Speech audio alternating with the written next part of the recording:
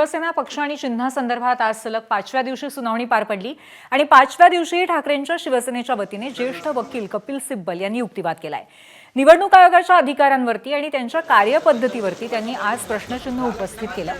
माजी सरन्यायाधीश चंद्रचूड यांच्या घटनापीठाने शिवसेनेच्या बाबतीत जो निर्णय दिलाय त्याचा फेरविचार करावा अशी मोठी मागणी कपिल सिब्बल यांनी आज केली। अपात्र ठरू शकणाऱ्या व्यक्तीला मुख्यमंत्री बनू दिलं असा युक्तिवादही कपिल सिब्बल यांनी केला। निवडणूक आयोगाकडे कोणतंही अधिकार क्षेत्र नव्हतं, मात्र केवळ एकनाथ शिंदे यांना लाभ मिळवून देण्यासाठी निवडणूक आयोगानं त्यांच्या अधिकाराबाहेरचा निर्णय घेतला असा युक्तिवाद सिब्बल यांनी आज केला।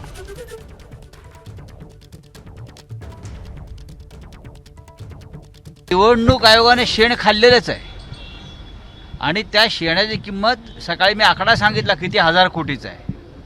हा भ्रष्टाचार आहे फार मोठा, देशाच्या संविधानावरती हात ठेवून केलेला हा भ्रष्टाचार आहे।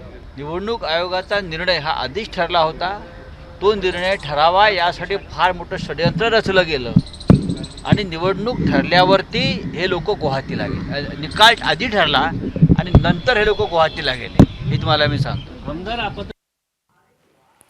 सिब्बल यांचा आजचा कोर्टातला युक्तिवाद आपण पाहूयात ग्राफिक्सच्या माध्यमातून।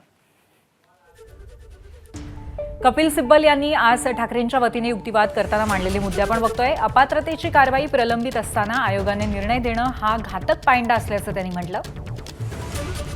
आयोगाच्या निर्णयावरती न्यायमूर्ती चंद्रचूड यांच्या खंडपीठानं दिलेल्या निकालाचा फेरविचार व्हावा अशी एक अत्यंत महत्त्वाची सूचना त्यांनी आज केलेली आहे। 5 न्यायमूर्तींच्या खंडपीठाचा निकाल 7 न्यायमूर्तीच्या खंडपीठांकडे फेरविचारासाठी पाठवा अशी मागणीही त्यांनी आज केली।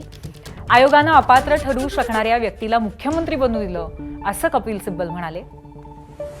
त्यांचे 39 आमदार अपात्र ठरले असते तर बहुमत आमच्याकडे असतं असा मुद्दाही त्यांनी मांडला।